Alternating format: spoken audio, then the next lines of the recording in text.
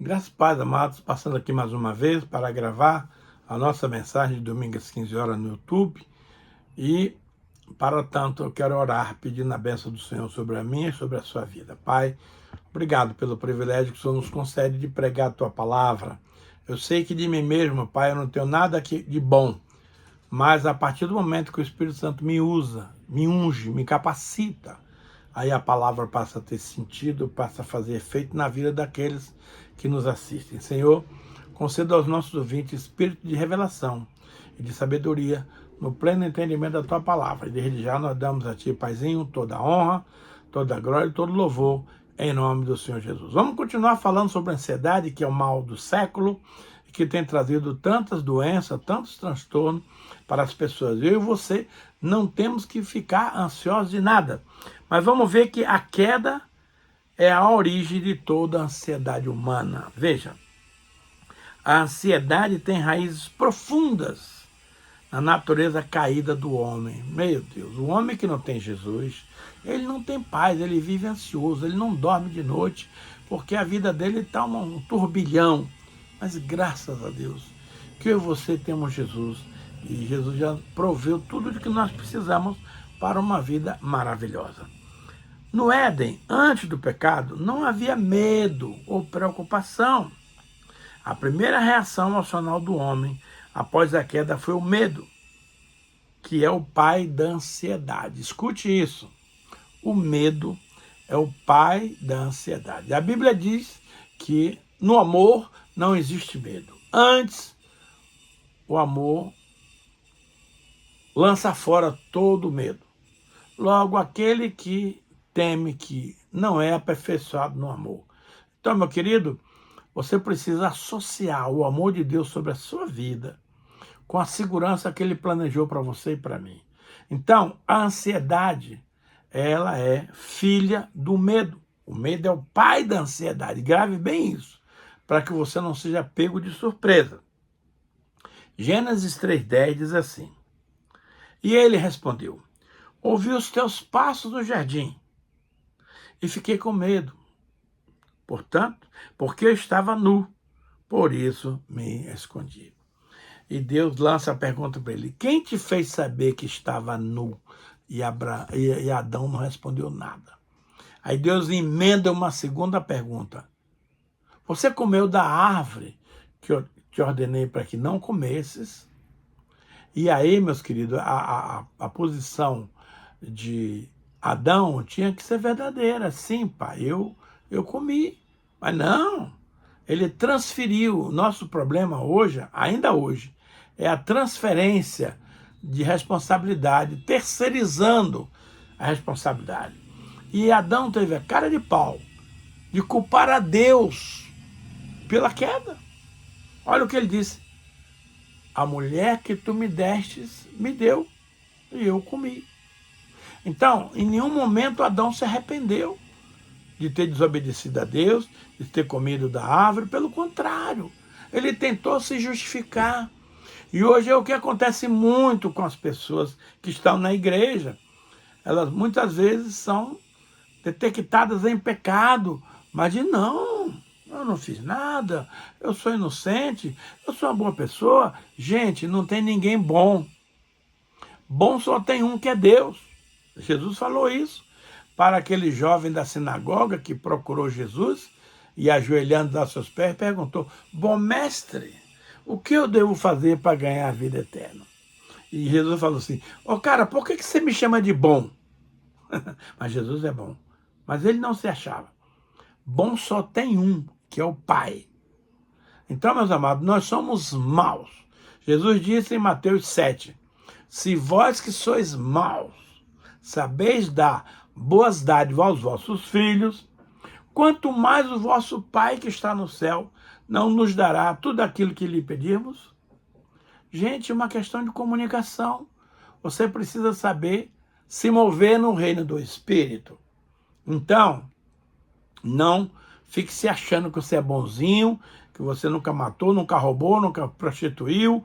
Isso é nossa obrigação, não fazer isso. Mas isso não nos faz bonzinho. Não é verdade? Nós temos uma natureza adâmica. Davi falou que eu nasci na iniquidade e em pecado me gerou minha mãe. Quer dizer, o pecado vem pelo nascimento.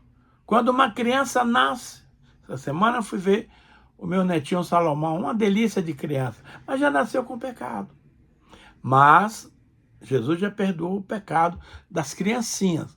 Mas eu e você não somos mais criancinha, somos grandinho. E aí nós temos que prestar conta da nossa vida para o Senhor.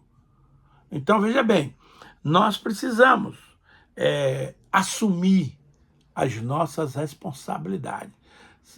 Quando os dois homens foram orar, o fariseu e o pecador, e o publicano, o fariseu orava de si para si mesmo: Senhor, eu não sou como os demais homens. Que não é conversa fiada. Não mato, não roubo, não faço aquilo, dou meu dízimo certinho, faço jejum 2 vezes por semana. Tudo isso é muito bom, meu filho, mas não faz de você uma pessoa diferente. E aquele publicano batia a mão no peito, nem sequer ele olhava para o alto e dizia: Senhor, tem misericórdia de mim, que eu sou pecador. Essa semana eu tive uma experiência extraordinária. O meu netinho ficou no hotel, num quarto comigo e com minha esposa, e quando ele foi dormir, ele orou lá em cima, onde ele estava, que é no bicama. Ele dizia assim: Pai, perdoa os meus pecados. Abençoa meu pai, minha mãe, minha avó, meu avô. Nos dê uma noite de descanso. Não permita que eu tenha pesadelo. Gente, uma criança de 6 anos fazendo essa oração sincera. Não tinha ninguém de plateia. Era ele e Deus. Gente, imagina como o coração do pai ficou feliz com essa oração do meu filho, do meu neto Vitor. Então a gente aprende, amados, com as nossas crianças que são puras, que são santas, que são do Senhor. Então não fuja da presença daquele do qual você não pode fugir. Se apresente. Agora, se humilhe, meu caro. Jesus disse: Vinde a mim, os que estáis cansados, sobrecarregados, eu vos aliviarei. Aprendei de mim, que sou manso e humilde de coração, e acharei descanso para as vossas almas. Querido, a humildade é a arma dos filhos de Deus. Não seja orgulhoso, não seja prepotente, não seja metido. Seja simples, seja humilde. Então Jesus era o homem mais humilde da terra. E ele agradou o Pai em tudo. Não tem em vós o mesmo sentimento que houve em Jesus, em que ele, sendo filho de Deus e Deus, não usou com usurpação ser igual a Deus. Antes, a si mesmo se humilhou, assumindo a morte e morte de cruz. O amado Jesus tem tanto exemplo maravilhoso para nós. Procure seguir os passos de Jesus. Procure seguir seus ensinamentos, porque você só tem a ganhar. Você só tem a viver bem. Gente, a vida é uma delícia. É uma dádiva de Deus. Vivemos num mundo tão mal, tão conturbado. Nós fomos a São Paulo esse final de semana, e a gente sabe que São Paulo é uma cidade muito violenta, muito tudo, mas o Senhor estava conosco. O Senhor nos guardou. O Senhor nos abençoou. Foi muito tremendo, amado. Não tenha medo de nada. Deus está no controle de todas as coisas. E Deus te ama e me ama. Ele planejou o melhor para nós. Nós é que somos cabeça dura, teimosos, e insistimos em querer ser maior do que Deus, saber mais do que Deus. E isso o Senhor não admite. O Senhor não admite concorrência no seu reino. Ele é o rei da glória. E nós somos servos, súditos desse rei. Então, observe bem.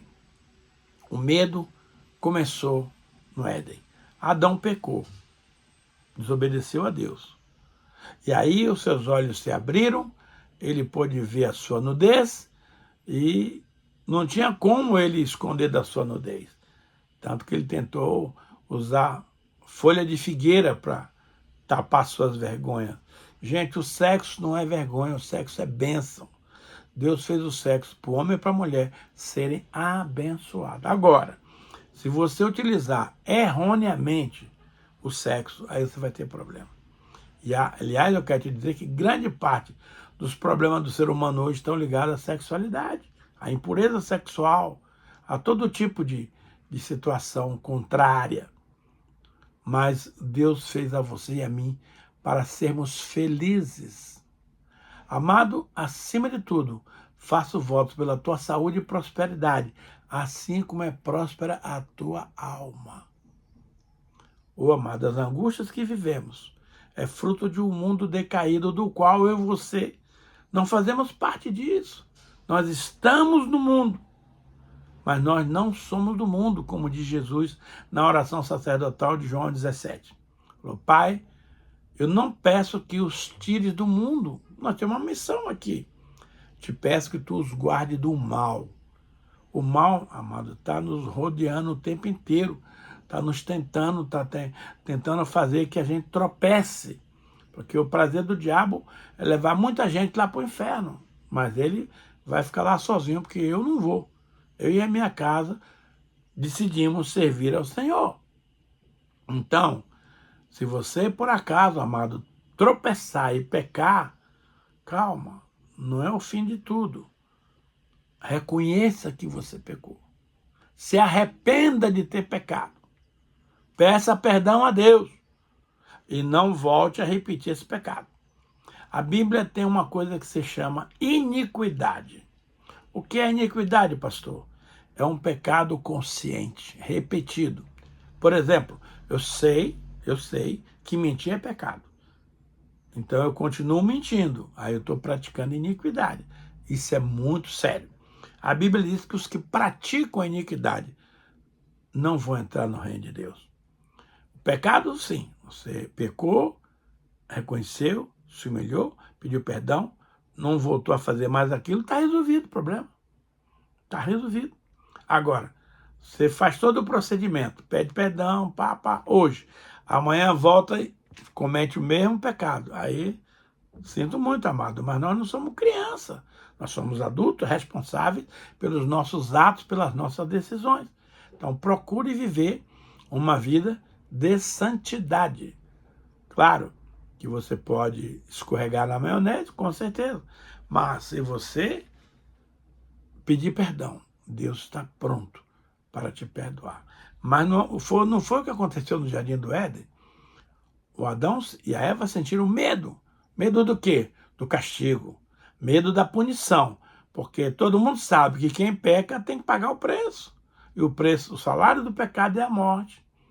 E foi o que aconteceu com Adão e Eva. Eles não se humilharam, não se arrependeram, não reconheceram que pecou e foram expulsos do paraíso. Muito sério isso, meu amado. Eu não quero ser expulso do reino de Deus. Pelo contrário, como cidadão do reino, eu quero viver esse reino na plenitude, reconhecendo que Jesus é meu único Senhor e Salvador. Então, o medo é o pai da ansiedade. Veja só. As causas da ansiedade. Aliás, espera aí. Portanto, a ansiedade é o fruto do distanciamento do homem de Deus. A alma, separada do seu Criador, tenta controlar o incontrolável.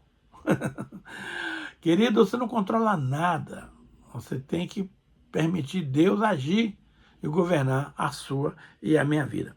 Causa da ansiedade, queridos, entre outras coisas, são insegurança sobre o amanhã. Você que é salvo em Cristo Jesus e que anda em santidade, não tem que temer, seu futuro está garantido.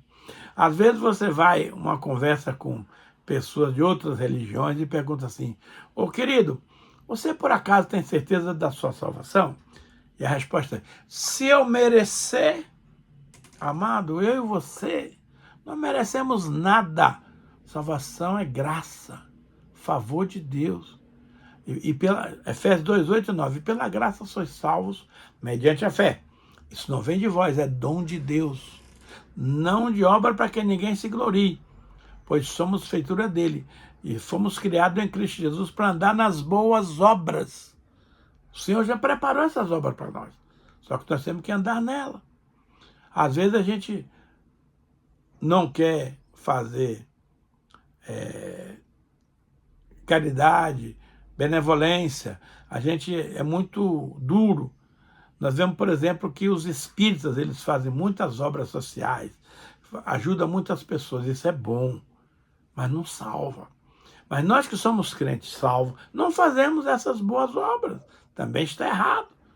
Nós precisamos de um equilíbrio, meus amados, para viver uma vida boa. Então, uma das causas da ansiedade é insegurança sobre amanhã, falta de confiança em Deus, pressão social e material, medo da perda, da morte ou do fracasso. Medo da perda, da morte e do fracasso.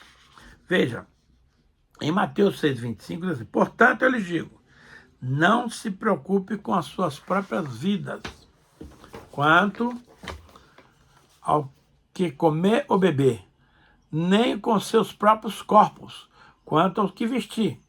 Não é a vida mais importante que a comida e o corpo mais importante do que a roupa? Então, mais uma vez, a Bíblia é clara, né? Não se preocupe com suas próprias vidas. A minha vida está na mão de Deus.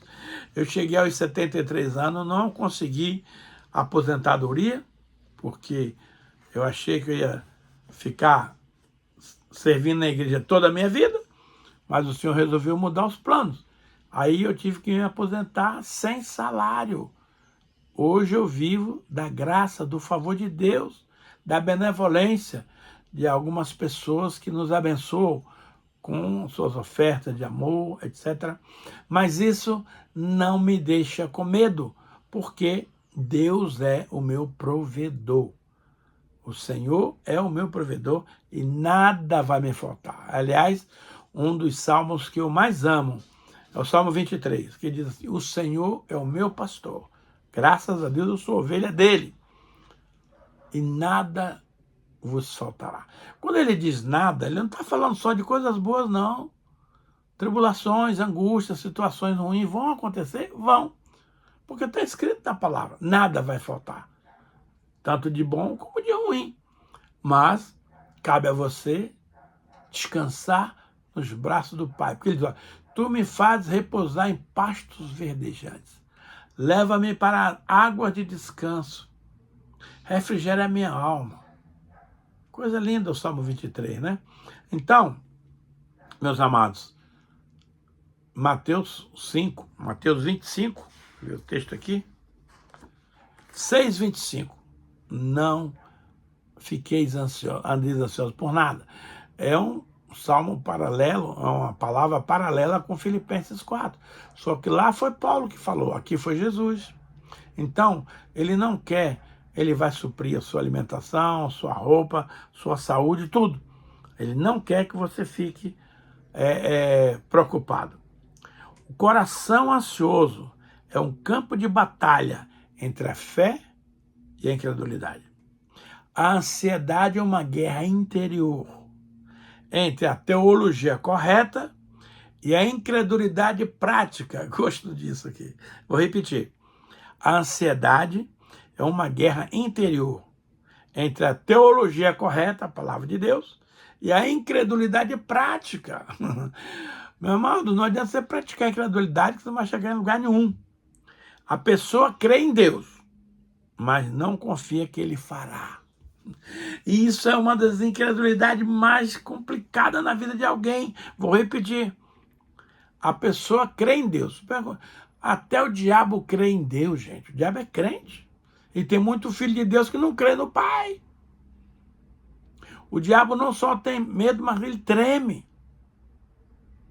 E nós, filhos, estamos nem aí. Então, olha só. A pessoa crê em Deus. Crê de maneira mental, psicológica, mas não confia que Ele fará. Crer e não confiar não combina. Se eu creio em Deus, eu sei que Ele fará. Então, não fique desconfiando de Deus. Foi a causa pelo qual o povo não entrou na terra prometida quando ia pelo deserto. Eles não confiaram em Deus. Não acreditaram quando Deus disse que ia levar eles para a terra que mana leite e mel. Mas aconteceu. Veja só.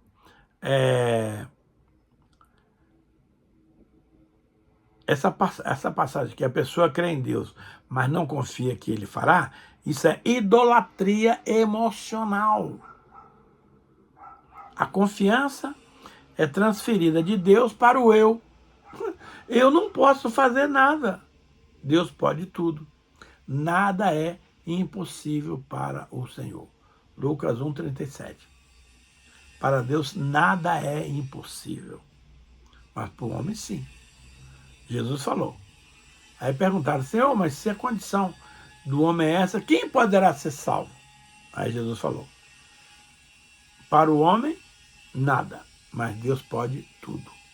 Veja bem, Mateus 14,31 nos diz o seguinte, imediatamente Jesus estendeu a mão e o segurou e disse, homem de pequena fé, por que duvidaste? Veja que Pedro foi o único homem da terra que acreditou em Jesus ao ponto de caminhar sobre as águas. Ora, o mar estava revolto, uma tempestade imensa. Ele estava dentro do barco. Aí Jesus vem andando sobre as águas e ele falou para os discípulos, não tenham medo, sou eu. Aí Pedrão, adiantado, Senhor, se é tu mesmo, ele duvidou, manda que eu ande sobre as águas. Jesus falou, vem. Agora eu te pergunto, você e eu teríamos coragem de tirar o pé do barco, que era um lugar seguro, e botar os pés em cima do mar revolto? Pedro teve coragem. Mas aí tem um segredo. Ele olhava firmemente para Jesus, autor e consumador da nossa fé. E Jesus disse, vem Pedro. Pedro olhava para Jesus e começou a andar sobre as águas. O único homem que andou sobre as águas sem prancha foi Pedro. Mas o que é que aconteceu? O vento estava muito forte, soprando sobre o rosto de Pedro. E Pedro resolveu olhar para baixo para ver as ondas. Você tirar os olhos de Jesus e olhar para a circunstância, você vai cair. Aí quando Pedro começou a afundar, ele falou, Jesus, me salva. Jesus foi lá, pegou ele pela mão, trouxe para cima de novo e veio essa famosa colocação de Jesus. Homem de pequena fé. Por que você duvidou? Querido, quem tem uma fé grande não duvida. Deus manda fazer e ele faz. Mas, se você tirar os olhos de Jesus da sua caminhada do dia a dia, você vai, querido, naufragar. Lamento te dizer, mas é isso que vai acontecer. Veja, homem de pequena fé, por que duvidou? A raiz da ansiedade, escute bem isso, amados, é desconfiar do caráter de Deus, de sua bondade, soberania e fidelidade. Querido, nós, muitas das vezes, ousamos comparar Deus com o homem. Ora, o homem é falho, o homem é mentiroso, o homem tem todos os defeitos, Deus não tem nenhum. Então não tente compreender a Deus baseado em você. Você vai errar o diagnóstico. Deus é Deus, você é você. Então, observe, a raiz da ansiedade é desconfiar do caráter de Deus. Gente, Deus é totalmente santo, totalmente puro, totalmente confiável. Não tem nada de desconfiança em Deus. Mas a nação de Israel desconfiou do caráter de Deus quando disse que Deus iria levá-los para uma terra boa e ampla que mana leite e mel, a Canaã. Duvidou, Deus ficou irritado, porque duvidaram dele, e matou todos os homens acima de 20 anos naquele deserto, que não chegaram na terra prometida. Mas a boa notícia é que as pessoas que saíram criança do Egito e que nasceram no deserto, cresceram, e Deus pôde entrar em Canaã com a população que ele queria. Não teve perdas. Quem morreu, outros surgiram e tomaram o seu lugar. No céu é assim, meu irmão. Se você não quiser, não tem problema, Deus põe outro no teu lugar. Então seja inteligente, queira, não vacile, não duvide. Gente, a dúvida é coisa do capeta. Quando ele foi tentar a Eva, ele falou assim, foi assim que Deus disse? Olha a colocação dele. Não comereis de nenhuma árvore do jardim? Isso é uma pergunta capciosa.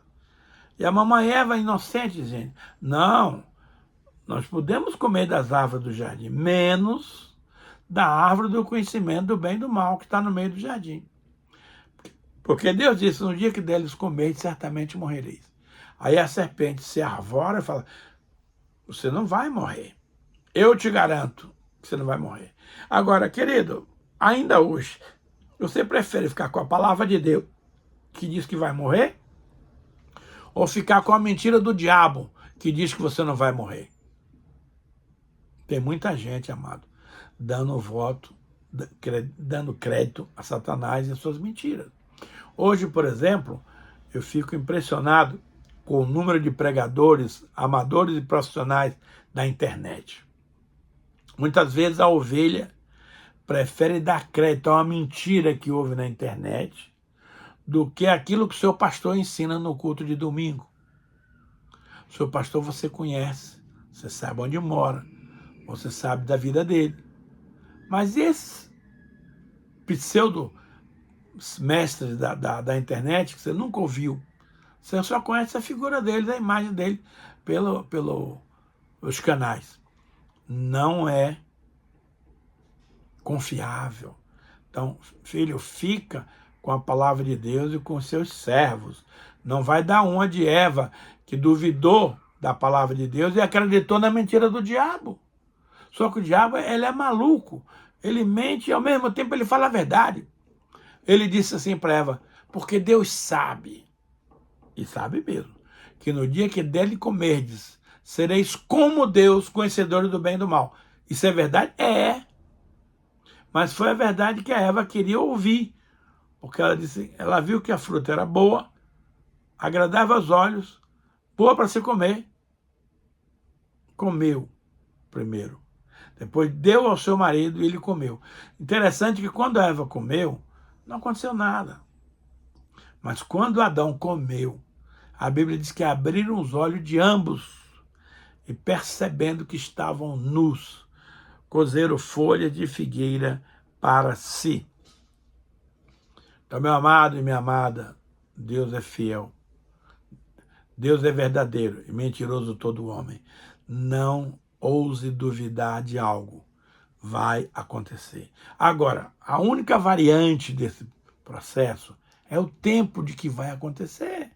Porque isso Deus não dá a conhecer.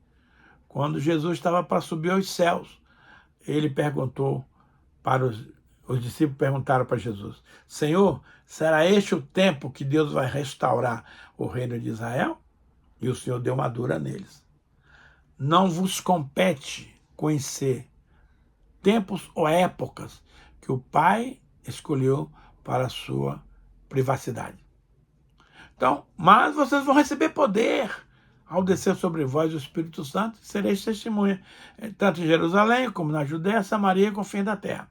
Então, a verdade é que os homens queriam saber coisas que não eram pertinentes a nós. Mas o que era pertinente, Jesus falou, vocês vão receber poder, que o Espírito Santo vai descer sobre todos vocês. Amados, o tempo está tão gostoso, mas o tempo acabou. Eu quero pedir ao Espírito Santo que complete a obra dessa palavra no coração dos irmãos. Que eles não sejam apenas ouvintes negligentes, mas operosos praticantes. Abençoa, Pai, todos aqueles que nos assistem, que eles possam, Senhor, se firmar na graça, na fé que há em Cristo Jesus. Crendo e acreditando em tudo que Deus diz, porque Deus é verdadeiro e mentiroso todo homem. Pai, eu quero dar a Ti nesse momento toda a honra, toda a glória, todo louvor e toda adoração. Obrigado, Senhor, por esse momento, por esse privilégio.